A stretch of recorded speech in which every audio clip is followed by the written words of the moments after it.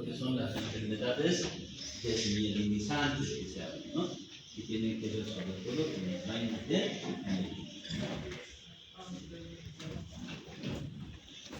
Entonces aquí tenemos los esfingofosfolitos, la esfingomielina, ¿no? Derivan de la esfingosina, ¿no? Y no del glicerol. Esa es una característica, ¿no? Entonces, ¿qué contienen? Contienen ceramida y fosforilcolina, ¿no? Principal componente de la banda de mielina. Y secundan las neuronas, ¿no? Sobre todo en la membrana. Otra estructura de los esfingofosfolíticos, ¿no? Lo que hemos visto, las bandas de mielina, ¿no? Entonces, los componentes de la esfingomielina son la esfingosina y la ceramida, ¿no? Tenemos la estructura de la ceramida, de la esfingosina y de la colina, ¿no? Y cómo participan también los ácidos grasos, ¿no? Pues, ¿qué más tenemos? Acá tenemos un ácido graso de cadena larga que se une a un grupo amino de la esfingosina, ¿no? Pues que va a dar lugar a lo que va a ser la ceramida, lo que les había dicho anteriormente, ¿no? Y el grupo alcohol, el carbono 1, se ubica carbono 1 de la esfingosina, se esterifica con fosforilcolina, ¿no? Generando así lo que va a ser la esfingomielina. Aquí está, ¿no? Grupo fosfato, ¿ven?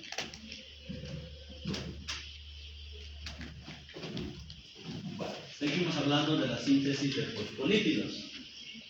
En la síntesis de fosfolípidos se requiere sobre todo esta biomolécula, ¿no? La CDP, que es el difosfato de citidina, o también llamado citidin difosfato, que es lo mismo, ¿no? Difosfato de citidina, citidin difosfato, así lo pueden encontrar en el libro también, ¿no?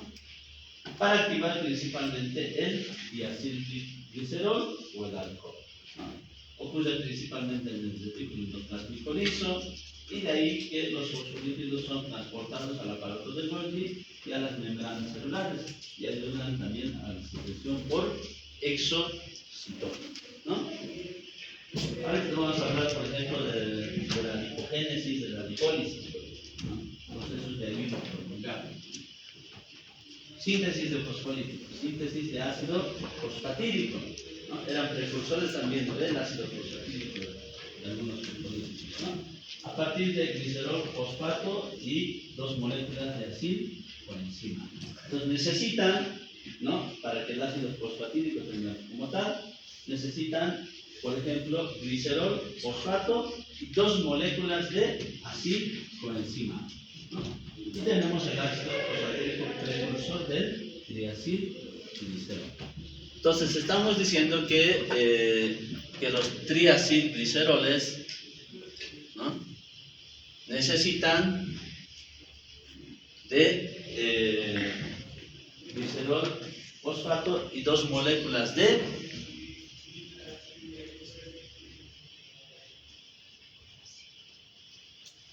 glicerol fosfato y dos moléculas de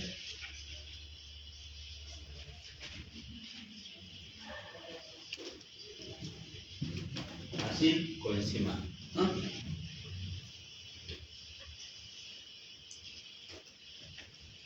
Entonces de ahí que vamos a ir formando monoacilglicerol, después viene el diacilglicerol y el triacilglicerol, ¿no? Son derivados de estos que van a ver, ¿no? Uno que es el mono, otro que es el di y otro que es el tri, ¿no? Acilglicerol, diacilglicerol y el triacilglicerol, ¿no? Son compuestos derivados que vamos a ir obteniendo, ¿no?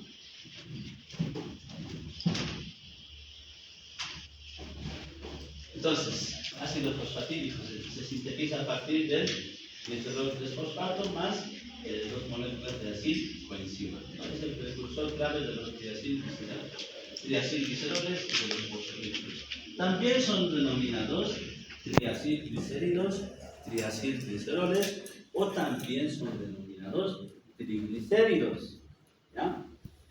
Pero más comúnmente, como parte de la bioquímica, deberían ser denominados como triacilglicéridos, ¿no? O triacilgliceroles, ¿no? pero lo pueden encontrar con esos otros nombres, ¿no? En otros libros, ¿no? Sobre todo de medicina interna, ¿no? De Harrison, de Barreras Tumor, triglicéridos.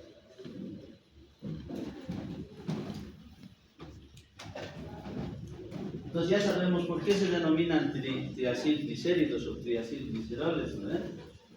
¿De dónde derivan? ¿No? ¿Por qué se denominan diacilgliceroles, ¿no? O monoacilgliceroles? Biosíntesis de fosfolípidos, que tiene que ver mucho con la biosíntesis, sobre todo de fosfatidilcolina, fosfatidiletadolamina, ¿no? Al principio parece, ¿no?, que hablamos de trabalenguas, ¿no?, cuando hablamos de estos términos, pero es importante conocer porque es un compuesto primordial de lo que es el surfactante pulmonar, que ya les he dicho, ayuda a mantener la tensión superficial en los alveolos, ¿no? Vía principal de su síntesis es la colina y la etanolamina, ¿no? Procedentes de la dieta, ojo, ¿eh? De la dieta o del recambio de fosfolípidos propios del organismo. De ahí que tenemos derivados como la fosfatidilcolina, ¿no? Que son igual ácidos grasos, ¿no? Que se unen también gliceroles, ¿no? Glicerol y fosfato también, grupos fosfatos también, ¿no? Entonces, síntesis a partir de colina o etanolamina, ¿no? Esos dos compuestos son los precursores también, ¿no? Se quieren de colina o etanolamina procedentes de la dieta o del recambio que se da en el organismo por los fosfolípidos, ¿no? La colina se fosforila y se activa lo que es el CDP-colina. ¿Qué era el CDP? Era citidin y fosfato, ¿no ves? Ese es el CDP, ¿no ves? Se activa el citidin y fosfato-colina y se transfiere, ¿qué era esto? Diacilglicerol, ¿no ves? Hemos dicho, ¿no ves? Diacilglicerol, que bien hemos dicho de un grupo glicerol fosfato más dos moléculas de acil coenzima. Si agregamos más grupos de glicerol, entonces vamos a tener diacilglicerol. Si le agregamos otro grupo glicerol, vamos a tener triacilglicerol. Así se va derivando, ¿eh?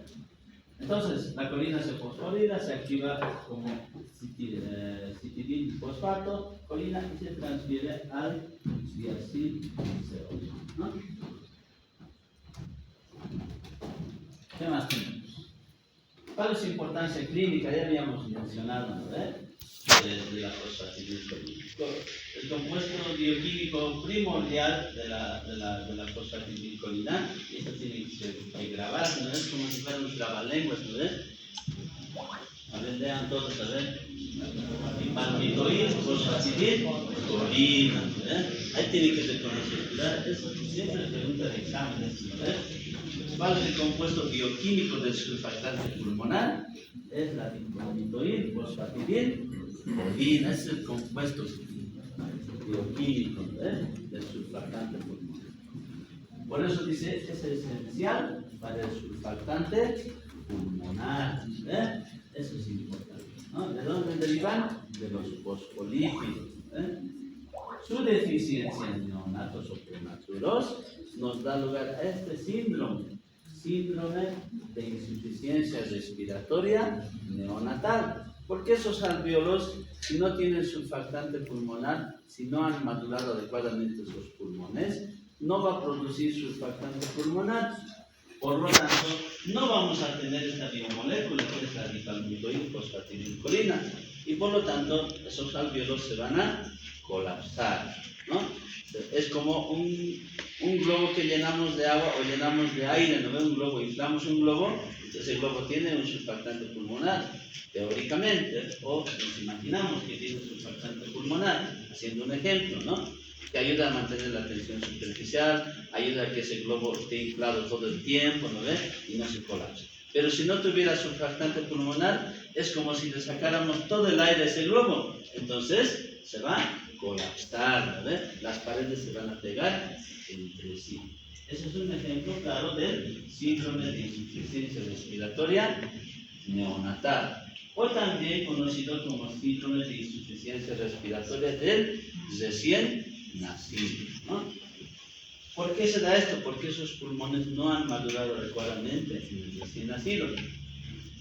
¿En qué tipo de pacientes puede presentarse? En los prematuros sobre todo, ¿no? Antes de las 37 semanas, 36 semanas, 35 semanas, 34 semanas, son prematuros. Esos pulmones no han madurado adecuadamente, no han producido divalmitoid fosfatidilcolina para tener el surfactante pulmonar adecuado para mantener la presión superficial. Entonces, por lo tanto, hacen este síndrome, ¿no?, de insuficiencia respiratoria y de depresión, ¿no? ¿Qué más nos dice? El cociente de citina esfingomielina, ¿no? En el líquido amniótico indica la madurez suscetal. Ya actualmente se pueden hacer exámenes de gabinete que nos pueden ayudar prematuramente a detectar si este recién nacido tiene deficiencia de surfactante pulmonar. Y uno de ellos es esto, el cociente de citina esfingomielina, en el cual se puede obtener una muestra del líquido amniótico y llevarlo al laboratorio y analizar, ¿no? Y hacer el cociente de lecitina y esfingomielina y poder detectar si hay deficiencia de surfactante pulmonar o de esta biomolécula que está presente.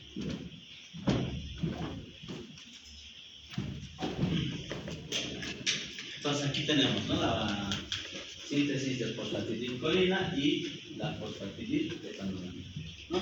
Síntesis a partir de la colina, de la etanolamina y los preexistentes, ¿no?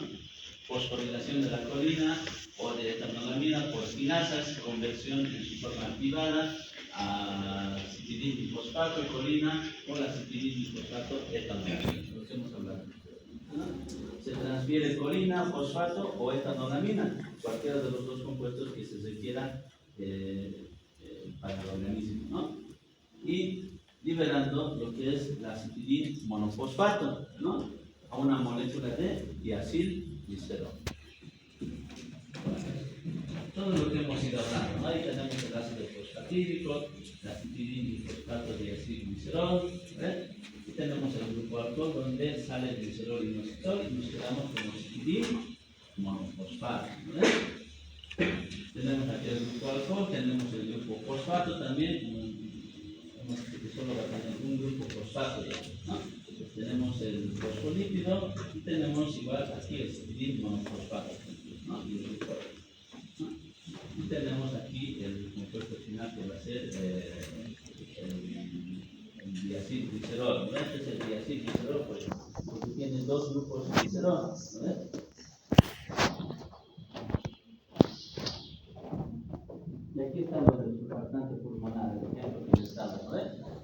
La divalmitoid fosfatidilcolina, ¿no? Producida y secretada por los neumocitos de tipo 2 veces lo estamos comentando. ¿Qué tipo de neumocitos secreta la divalmitoid fosfatidilcolina? ¿No? Los neumocitos de tipo 2, ¿no? Es el componente lipídico mayoritario en el surfactante pulmonar, reduciendo la presión necesaria para volver a inflar los alvéolos y llenarse de oxígeno, ¿eh? Y así evita el colapso de los alvéolos, ¿eh? Ahí tenemos, ¿no? Este es un alvéolo, por ejemplo, ¿no? Así debería ser. Eso es lo que hay de surfactante pulmonar, para mantener la presión artificial, ¿no?